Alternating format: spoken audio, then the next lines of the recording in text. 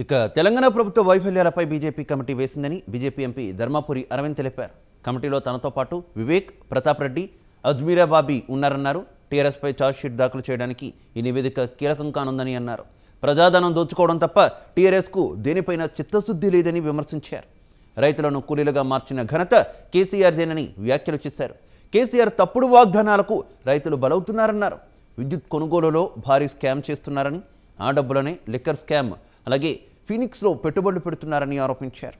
వ్యవసాయ లబ్ధిదారుల జాబితాను కేసీఆర్ బయట పెట్టడం లేదని ఎంపీ ధర్మపురి అరవింద్ విమర్శలు గుప్పించారు. లేదు, ఉత్తరప్రదేశ్, మధ్యప్రదేశ్, ఆంధ్రప్రదేశ్ ఇవన్నీ చాలా ముందర ఉన్నాయి. విత్తనాల మీద పరిశోధనల మన దగ్గర సున్నా, నో బడ్జెట్. ఇక టమాటాల పరిస్థితి ఏముందండి? ఇప్పుడు మార్కెట్లో వచ్చే ధర టీవీలలో చూస్తూ ఉంటాం. మార్కెట్లో 2 రూపాయలు వస్తుందట అని అంత దూరం తీసుకుపోవడం కూడా వేస్ట్ మార్కెట్ అని రైతులు గుమరిచ్చేసుకుంటారు ట్రాలీలు.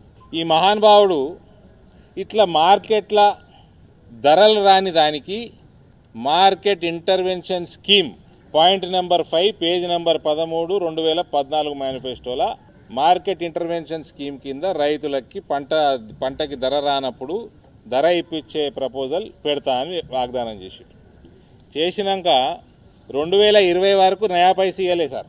2020 వరకు నయా పైసా ఇవ్వలేదు.